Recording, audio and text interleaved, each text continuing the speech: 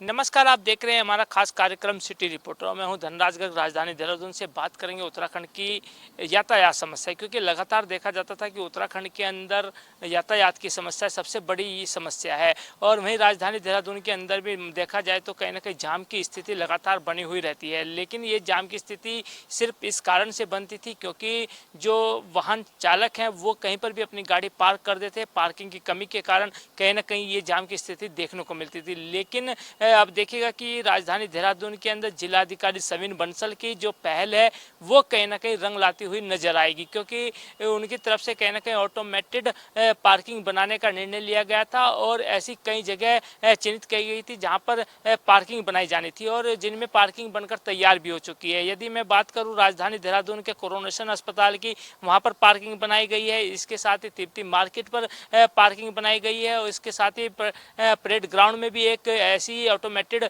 Parking बनाई गई है और जिसकी शुरुआत अब जल्द ही होने वाली है, यानी कि जिसका उद्घाटन मुख्यमंत्री पुष्कर सिंह धामी करते हुए नजर आएंगे। हालांकि देखिएगा कि इन पार्किंगों से कहीं ना कहीं जाम से तो निजात मिलेगी ही, लेकिन आम जनता को भी इससे काफ़ी लाभ होने वाला है, क्योंकि उनकी जो गाड़ियां हैं वो वहां पर पार्क हो पाएंगी और जो डॉक्टर्स हैं उनकी गाड़ियां कहीं ना कहीं कोरोनेशन अस्पताल में पार्क हो पाएंगी, यानी कि उनको अब सड़कों पर अपनी गाड़ियां नहीं लगानी पड़ेंगी। तो इससे कहीं ना कहीं आम जन को भी कहीं ना कहीं इससे लाभ मिलेगा और इसके साथ ही जो डॉक्टर्स हैं या नर्सें हैं उनको भी इसका लाभ मिलता हुआ नजर आएगा। और अब देखिएगा कि कहीं ना कहीं इस तरीके की जो पार्किंग है यदि ये सफल होती हैं तो इसके बाद इसी मॉडल पर कहीं ना कहीं अन्य पार्किंगें भी बनाई जाएंगी, जिससे कहीं ना कहीं उत्तराखंड की जो राजधानी है देहरादून, वहाँ पर कहीं ना कहीं जो जाम लोगों को झेलना पड़ता है उससे निजात मिल पाएगी। कैमरा सहयोगी वीरेंद्र थपलियाल के साथ धनराज गर्ग, JK 24/7 न्यूज़, देहरादून।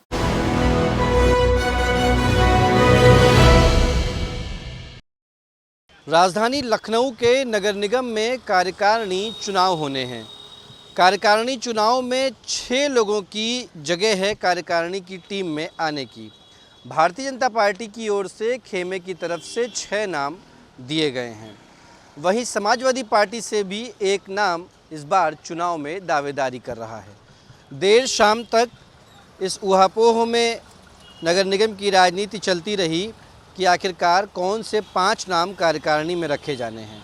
हालांकि संगठन की ओर से 6 नामों की पेशकश की गई है और इन 6 में से कोई भी नाम ऐसा नहीं है जो मेयर की सूची में हो, यानी कि मेयर के ऊपर पूरी जिम्मेदारी छोड़ दी गई है कि वो 5 कार्यकारिणी सदस्यों में किन किन का नाम आगे पेशकश में करेंगी। लेकिन बड़ी बात यह है कि इस कार्यकारिणी चुनाव से का मतलब है कि सीधे तौर पे पार्षद इस कार्यकारिणी में 11 सदस्यों में अपनी जगह बनाएंगे।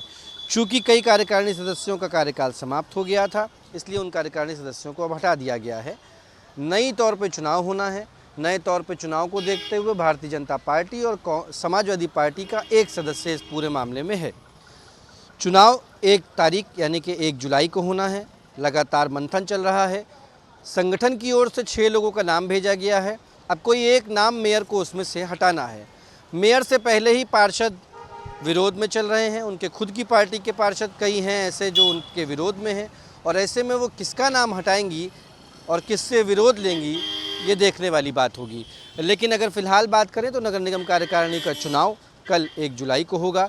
1 जुलाई में के इस चुनाव के दौरान 5 सदस्यों को कार्यकारिणी में नए तौर पे जगह मिलेगी और ऐसे में 6 भारतीय जनता पार्टी के पार्षद हैं और 1 समाजवादी पार्टी के हैं।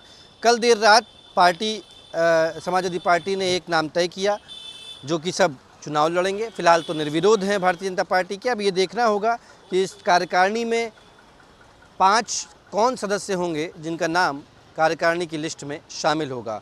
फिलहाल अलग अलग विधानसभाओं से एक नाम दिया गया है। एक विधानसभा ऐसी भी है जहाँ से 2 नाम दिए गए हैं। हालांकि ये वक्त बताएगा 1 जुलाई का दिन। अब सबकी नज़रें 1 जुलाई को टिकी हुई हैं कि कार्यकारिणी में वो कौन 5 सौभाग्यवान लोग होंगे, सौभाग्यवान पार्षद होंगे जिनके नामों के आगे नगर निगम में मुहर लगेगी। वीडियो जर्नलिस्ट किशन के साथ गौरव पांडे, JK 24/7 न्यूज़, लखनऊ।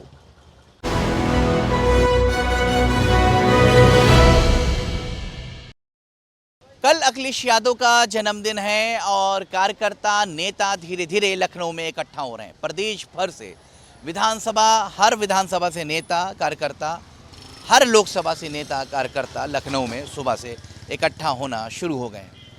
कार्यालय के बाहर बहुत से नेता कार्यकर्ता भंडारा का भी आयोजन करेंगे। उसमें सबसे ख़ास भंडारा जो है बागर मऊ से, जो लगातार अपनी विधायकी का दावा ठोक रहे हैं शरीफ खान, उनका रहेगा, जो अखिलेश यादव के बिल्कुल कोठी के सामने लगाएंगे। और बहुत से नेता जो है वो रक्तदान भी करेंगे। कार्यकर्ता एकत्रित होना शहर में शुरू हो चुके हैं, विभिन्न जनपदों से यहाँ पर आ चुके हैं। कोई होटल में कमरा जो है वो खाली नहीं है। सब समाजवादियों ने उन होटलों को अपने उसमें ले लिया, क्योंकि सब रुकने की व्यवस्थाएं लोगों ने होटलों में कर रखी है। तो कल राष्ट्रीय अध्यक्ष अखिलेश यादव का एक बड़ा आयोजन होने जा रहा है और कल ही बर्थडे में अपने जन्मदिन में कार्यकर्ताओं और नेताओं को ये कहेंगे कि 2027 के लिए कमर कस लो और अखिलेश यादव और समाजवादियों की सरकार बनाओ, और जाके जनता के बीच में बताओ कि समाजवादियों की सरकार आएगी तो उनको बेहतर और अच्छा प्रदेश मिलेगा और सुचारू रूप से सरकार मिलेगी। मगर देखने वाली बात है कि इस तरह से आह्वान के बाद क्या अखिलेश यादव 2027 में मुख्यमंत्री बन पाते हैं या नहीं, तो आने वाला कल बताएगा। नेताजी जब जिंदा थे 22 नवंबर को उनकी बर्थडे होती थी, जन्मदिन होता था। इसी तरह के हर्ष उल्लास के साथ नेताजी भी अपना जन्मदिन मनाते थे। मगर नेताजी अब इस दुनिया में नहीं हैं, तो उनके सुपुत्र जो वारिस हैं उनकी राजनीति के और राष्ट्रीय अध्यक्ष अखिलेश यादव के, वो उसी हर्ष उल्लास के साथ अपने ही कार्यकर्ताओं, अपने नेताओं के बीच में कल जन्मदिन मनाएंगे। अब आने वाला कल तय करेगा कि अखिलेश यादव के सर पर क्या ताज सत्ता का सच पाएगा 2027 का या नहीं, ये तो आने वाला वक्त बताएगा। हमें और आपको सबको इस बात का इंतज़ार रहेगा क्या उनका ख्वाब पूरा हो पाता है या नहीं। कैमरा किशन के साथ रज़ा लखनऊ चेक न्यूज़।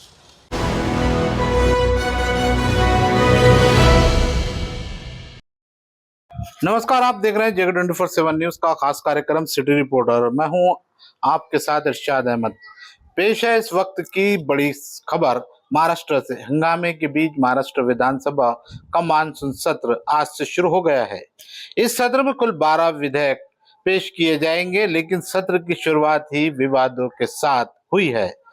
जब हिंदी भाषा की पढ़ाई को लेकर राज्य सरकार को विरोध का सामना करना पड़ा, इस मुद्दे पर उद्धव ठाकरे और राज ठाकरे दोनों एक साथ विरोध प्रदर्शन करने जा रहे थे, लेकिन महायुति सरकार ने पहली से 5वीं कक्षा तक हिंदी भाषा अनिवार्य करने की नीति पर छिड़े विवाद के बाद सरकार ने अपने कदम पीछे खींचते हुए 3 भाषा नीति को रद्द कर दिया है। ये फैसला मानसून सत्र की शुरुआत से ठीक पहले लिया गया। सत्र के पहले ही दिन उप मुख्यमंत्री और वित्त मंत्री अजित पवार ने 57,509 करोड़ 71 लाख रुपए की पूरक मांगे विधानसभा में पेश की। इस राशि का उपयोग सड़क, मेट्रो, सिंचाई परियोजनाओं और आगामी सिंहस्थ कुंभ मेले की शुरुआत के कार्यान्वयन में किया जाएगा। सरकार की ये निधि महात्मा फुले आरोग्य योजना, संजय गांधी निराधार योजना, पिछड़े वर्ग के छात्रों की छात्रवृत्ति और वंचित समाज के कल्याण के लिए भी महत्वपूर्ण भूमिका निभाएगी। इन पूरक मांगों में करीब 19,183 करोड़ रुपए अनिवार्य खर्चों के लिए, जबकि 34,661 करोड़ योजनागत खर्च के अंतर्गत 3,664 करोड़ सरकार की प्रायोजित परियोजना के तहत प्रस्तावित किए गए हैं। हालांकि यह राशि 57,000 करोड़ से अधिक है, लेकिन सरकार पर वास्तविक भार लगभग 40,644 करोड़ रुपए का ही पड़ेगा। इस पूरक बजट में सबसे बड़ी हिस्सेदारी 15 वित्त आयोग की सिफारिशों के आधार पर दी गई है। अनुदान दिया गया है लगभग 11,042 करोड़ रुपए। वहीं मेट्रो प्रकल्पों और स्थानीय निकायों को स्टैम्प शुल्क अधिभार की प्रतिपूर्ति के लिए 3,228 करोड़ रुपए आवंटित किए गए। राज्य सरकार ने सहकारिता क्षेत्र को भी बल देने के लिए 2,182 करोड़ रुपए मार्जिन मनी लोन के रूप में स्वीकृत किए हैं। इससे सहकारी चीनी मिलों को कार्यशील पूंजी उपलब्ध कराई जाएंगी। तो कुल मिलाकर महाराष्ट्र का ये मानसून सत्र भले ही विवादों से घिरा हो, लेकिन पूरक बजट के जरिए सरकार ने राज्य के आधारभूत ढांचे और सामाजिक योजनाओं को मजबूत करने की मंशा साफ कर दी है। कैमरा पर्सन बाकिर अंसारी के साथ मैं इरशाद अहमद, जगह 24/7 न्यूज, मुंबई।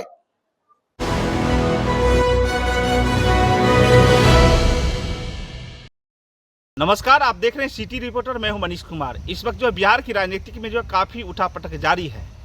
कोई भी, चाहे एनडीए गठबंधन हो चाहे इंडिया गठबंधन हो, बिहार में अगर देखा जाए तो कोई किसी से कम नज़र नहीं आ रहा है। इसी कड़ी में चुनाव आयोग ने जो है लगभग 345 ऐसे पार्टी है जो बगैर रजिस्ट्रेड थे, उनको जो है रोक लगा दी है। वो जो है चुनाव जो है नहीं लड़ सकते हैं उन सैंपल रूप से।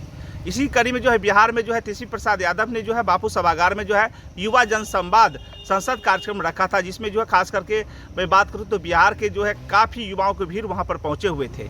और तेजस्वी प्रसाद यादव ने संबोधन में कहते हुए कहा कि अगर मैं सत्ता में 5 साल नहीं, मैं 1 महीना ही मांग रहा हूँ। अगर मैं सत्ता में आऊँगा तो जितने भी सरकारी विद्यालय हैं सभी विद्यालय के अंदर मैं सरकारी लाइब्रेरी बनाऊँगा, ताकि जो बच्चे हैं वहाँ पर जो है अपने पठे पाठन की प्रक्रिया रहेगी और हर चीज़ से उनको जो सुविधाएं मुहैया कराई जाएगी। इसी कड़ी में उनको जो है वहाँ पर देखा गया कि कलम बांटने का काम किया। उन्होंने कहा है कि अन्य लोग जो है तलवार बांटने का काम करते हैं, लेकिन मैं बच्चों को भविष्य के लिए मैं कलम बांटने का काम करता हूँ। यही बच्चा जो है कल का भविष्य है। मैं बता दूँ कि तेजस्वी प्रसाद यादव ने यह भी कहा कि जब जब युवाओं ने करवट बदला है तो नया इतिहास रचा गया है। और ये 2025 का जो बिहार विधानसभा का चुनाव है, ये इतिहास रचने की है। तेजस्वी प्रसाद यादव ने यह भी कहा कि लगातार जो है जदयू और बीजेपी की सरकार 20 वर्षों से बिहार में है।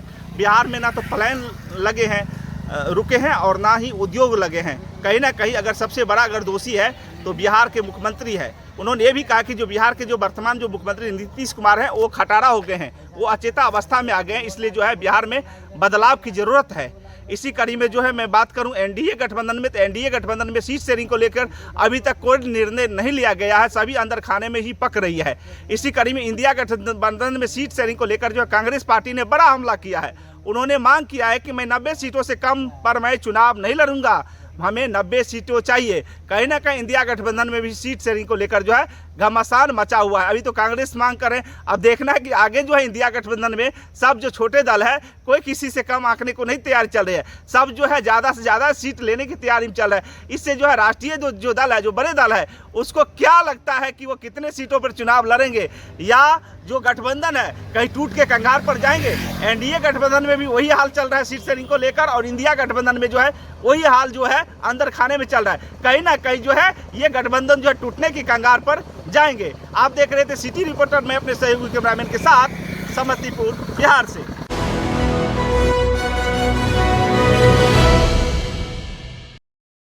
नमस्कार, आप देख रहे हैं सिटी रिपोर्टर, मेरे साथ मैं हूं संदीप गोयल। फरीदाबाद में बीते शनिवार को एक सुरुचि नाम की 10वीं कक्षा की छात्र ने घर पर जो है सुसाइड करने का काम किया। इसी को लेकर लगातार जो उनके माता पिता थे, उनकी माता जो कि एएसआई पुलिस डिपार्टमेंट में तैनात थी, वो जो है फरीदाबाद के पल्ला थाना क्षेत्र के पुलिस लाइन में रहा करती थी। इसी दौरान सुरुचि ने घर में ही जो है फांसी का फंदा लगाकर आत्महत्या कर ली। उनकी माता सुनीता का कहना है कि स्कूल प्रबंधक लगातार उन पर जो है प्रेशर बनाने और उनको जो है तनाव देने का काम कर रहा था। इसी को लेकर जो सुरुचि थी वो परेशान थी और इसी को लेकर उसने जो है आत्महत्या करने का काम किया है। ऐसे में अब पुलिस ने इस मामले में कार्रवाई करते हुए स्कूल प्रबंधक जो है प्रधानाचार्य उसको जो है आरोपी मानते हुए गिरफ्तार करने का काम किया है। बताया जा रहा है कि सुरुचि 10वीं में कम नंबर लेकर आई थी, जिसके बाद से लगातार स्कूल के टीचर उन पर कम नंबर लाने का जो है दबाव बना रहे थे और पिछले दिनों उसको जो है गंभीर रूप से प्रताड़ना की गई थी। इसी से तंग आकर सुरुचि ने ये कदम उठाया। हालांकि अब सुनीता का यह कहना है कि अगर स्कूल प्रबंधक का व्यवहार सही होता और उन्होंने उनकी ओर से अच्छे से सुरुचि को देखरेख की होती तो आज सुरुचि जिंदा होती। ऐसे में अब पुलिस प्रवक्ता की ओर से दिए बयान में कहा गया है कि इस पूरे मामले में कार्रवाई करते हुए डीएवी स्कूल की प्रधानाचार्य पर कार्रवाई करते हुए उनको गिरफ्तार किया गया है और मामला आत्महत्या करने उकसाने के लेकर दर्ज किया गया है, जिसमें सुरुचि ने बीते शनिवार को आत्महत्या अपने घर में ही बंद होकर कर ली थी। ऐसे में अब सुनीता की मां इंसाफ की गुहार लगा रही है और कह रही है कि इस तरह के स्कूल प्रबंधकों के खिलाफ कार्रवाई होनी चाहिए जो बच्चों को डराते धमकाते और उनको तनाव देने का काम करते हैं। ऐसे में यदि स्कूल प्रबंधक की गलती है तो फिर और भी टीचर इसमें जो है आगे आ सकते हैं जांच में। लेकिन अब देखने वाली बात ये होगी कि पुलिस इस मामले में किन किन को दोषी ठहराती है। सहयोगी राकेश के साथ संदीप गोयल, J24/7 न्यूज़, फरीदाबाद।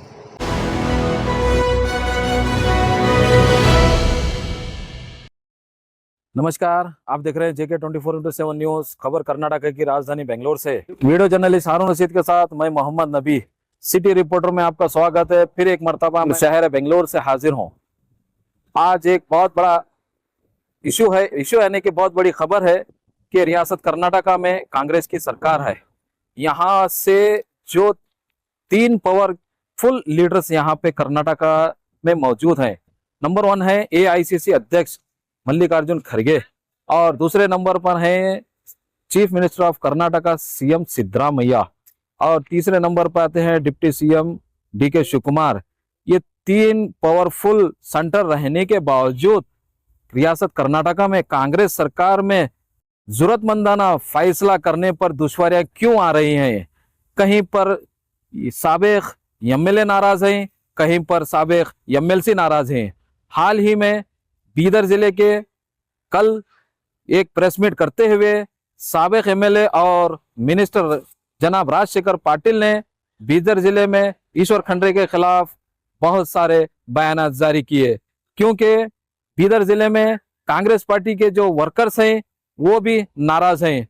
उसके अलावा आज शहर बेंगलोर में यहाँ पर CM सिद्धरामैया के खिलाफ उनके स्वर्गीय जो मैसूर से ताल्लुक रखते हैं, उस मैसूर दशहरे के कार्यक्रम होता है, उसी कार्यक्रम में गोलमाल करने का इल्जाम आज एक प्रेस वार्ता करते हुए एक लायर ने कहा है। 11 में जो प्रेजेंट के जो चीफ मिनिस्टर CM सिद्धरामैया 2011 में अपोजिशन लीडर का रोल निभा रहे थे, उसी समय मैसूर दशहरे के जो मैनेजमेंट करने के लिए जो अधिकारी थे उनको हटाने की सिफारिश की थी। लेकिन आज वही अधिकारी को लेकर CM सिद्धरामैया फिर मैसूर दशहरे में मैनेजमेंट के अधिकारी को वहां पर अपॉइंट करते हैं। इसीलिए वहां के जो मैसूर के लायर हैं साफ साफ इल्जाम लगाया है कि CM सिद्धरामैया खुद मैसूर दशहरे के में गोलमाल की है। अब ये देखना होगा कि आने वाले दिनों में इसका क्या नतीजा निकलता है। उसी के खिलाफ एक लेटर भी लिखा था, उससे मद्देनजर रखते हुए आज एक प्रेस क्लब में एक लायर ने यहाँ पर CM सिद्धरामैया के खिलाफ मोर्चा खोला है। इनका कहना है कि दशहरा फेस्टिवल में CM सिद्धरामैया खुद गोलमाल करे हैं। आखिर कितना सच है ये तो आने वाला वक्त ही बताएगा।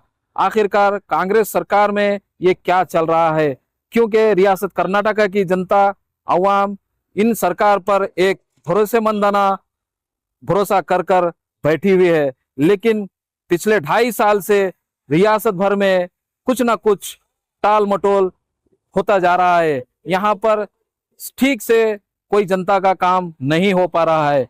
कभी भारतीय जनता पार्टी कांग्रेस के खिलाफ आवाज उठाती है, कभी खुद कांग्रेस पार्टी के अंदर मुखालिफ सियासी लीडरान नजर आ रहे हैं। वीडियो जर्नलिस्ट हारून रशीद के साथ मैं मोहम्मद नबी, सिटी रिपोर्टर बेंगलोर।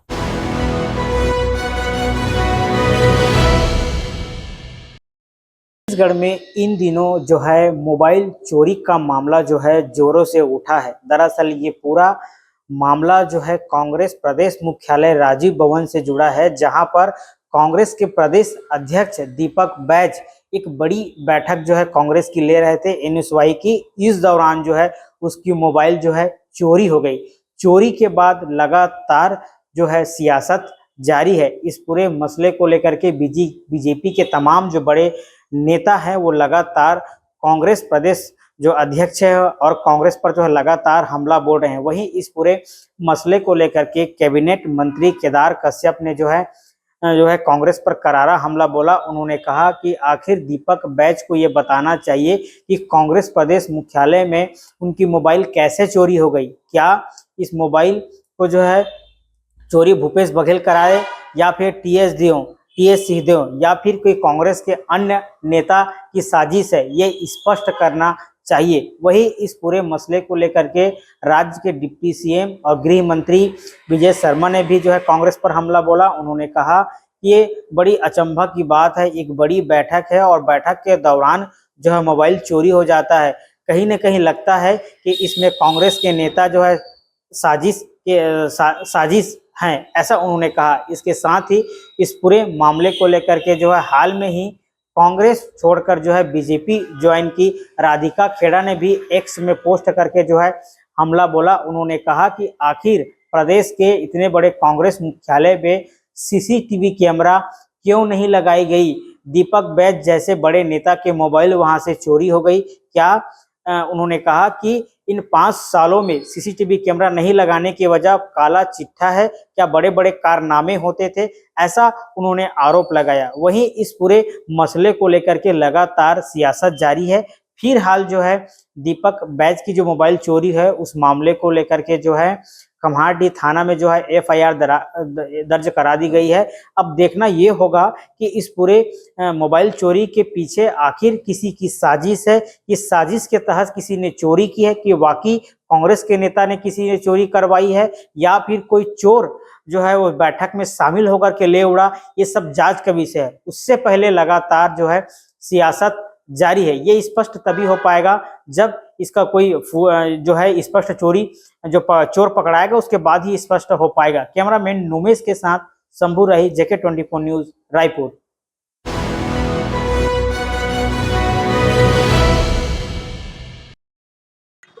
नमस्कार, आप देख रहे हैं हमारा खास कार्यक्रम सिटी रिपोर्टर। मैं हूं विजेंद्र सिंह, उत्तर प्रदेश के जनपद संभल से। बात करेंगे प्रदेश के साथ जनपद संभल में सबसे बड़ी खबर की। आपको बता दें, प्रदेश सरकार प्रदेश में ऐसे हजारों स्कूल जो प्राथमिक विद्यालय हैं या परिषदीय विद्यालय हैं उन्हें मर्ज करने जा रही है, यानी बंद करने जा रही है। या तो वो ऐसे स्कूल हैं जिनमें 50 से कम छात्रों की संख्या है, या फिर उनके भवन जर्जर हैं, या फिर उनमें सरकारी अध्यापक नहीं है, केवल शिक्षा मित्र के सहारे वो स्कूल चलाए जा रहे हैं। ऐसे स्कूलों को सरकार चिन्हित कर रही है और जल्द ही ऐसे स्कूल दूसरे बराबर के जो पड़ोस के गांव हो या शहर हो उनमें शिफ्ट करने की तैयारी चल रही है। आपको बता दें, जनपद संभल में भी ऐसे परिषदीय या प्राथमिक विद्यालयों को चिन्हित किया गया है और जिनकी संख्या है 181। जी बिल्कुल, 181 स्कूलों को जनपद संभल में भी दूसरे स्कूलों में शिफ्ट किया जाएगा। उन स्कूलों को चिन्हित किया गया है और उनकी जो है मंजूरी दे दी गई है। आपको बताएं, सरकार इस कदम को एक शिक्षा की ओर बेहतर कदम बता रही है, क्योंकि जहां छात्रों की संख्या कम है अन्य स्कूलों में, वहां अध्यापकों की भी संख्या कम पड़ रही है। अगर ऐसे स्कूल जो बराबर के उच्चतम माध्यमिक विद्यालय उनमें शिफ्ट किए जाएंगे तो वहां पर जो एक दूसरे अध्यापक हैं वो एक स्कूलों में उनकी संख्या अधिक हो जाएगी। लेकिन इसी पर आपको बता दें, जनपद संभल की विधानसभा असमोली से सपा विधायक पिंकी यादव ने इस पर सवाल उठाए हैं और उन्होंने कहा है कि ये बहुत गलत है। जो बराबर के गांव हैं, छोटे छोटे बच्चे हैं, 3-4 किलोमीटर अगर दूर पड़ते हैं तो वहां पर वो बच्चे कैसे पहुंचेंगे, सरकार उसकी क्या व्यवस्था करेगी। सरकार का ये जो कदम है वो अच्छा नहीं है। ऐसा मैं आपको बता दूं, जो सपा विधायक हैं, असमोली से लगातार तीसरी बार विधायक हैं और उन्होंने इस पर सवाल उठाते हुए अपना बयान सोशल मीडिया पर वायरल किया है और उन्होंने कहा है कि लोगों को सरकार के इस कदम का विरोध करना चाहिए, क्योंकि जो गरीब लोग हैं या जो गरीब तबके के दबे कुचले लोग हैं वो आखिर कैसे अपने बच्चों को पढ़ा पाएंगे। मैं अपने सहयोगी कैमरामैन के साथ विजेंद्र सिंह, JK24 न्यूज, जनपद संभल।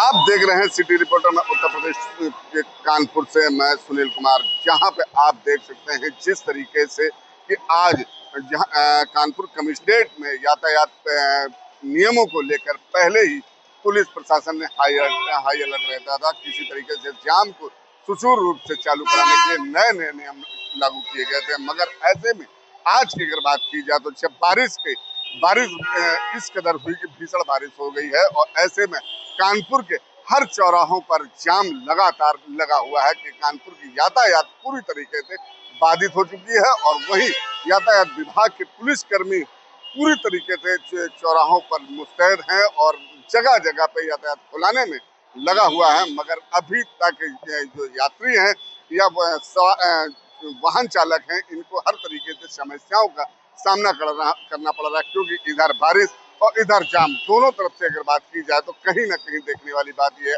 आम जनमानस को वो संघर्ष करना पड़ रहा है जिसकी कोई अथा नहीं है कि जाम को किसी तरीके से यातायात विभाग की अगर बात की जाए तो सुचारू रूप से अगर चालू कराते हैं मगर फिर बंद कर देते हैं। इसी वजह से लोगों की एक परेशानी का सामना करना पड़ रहा है। ऐसे में अगर बात की जाए तो कानपुर कमिश्नरेट में पहले ही डीसीपी ने सख्त आदेश दिया था कि किसी भी चौराहे पर पुलिसकर्मी की तैनाती रहेगी मगर जाम नहीं लगेगा। मगर ऐसे में जब बारिश की हुई है तो लोग यातायात पुलिसकर्मी हैं जो चले जाते हैं, चौराहों पर नहीं दिखे। इसी की वजह से जब बारिश बंद हुई तो पूरी तरीके से जाम ठप हो चुका है। तो कई घंटों जाम भी लगा रहा है। एम्बुलेंस भी फंसी नजर आई है लोगों में। अब ऐसे में देखने वाली बात यह है जिस तरीके से जाम से निजात पाने के लिए कानपुर कमिश्नरेट पहल करती है, वहीं पर ऐसे में जो निचली स्तर के कर्मचारी हैं ये बिल्कुल सुचारू रूप से बाधित करने का कार्य करते हैं। वीडियो ले सहयोगी के साथ सुनील कुमार, JK24 न्यूज, कानपुर।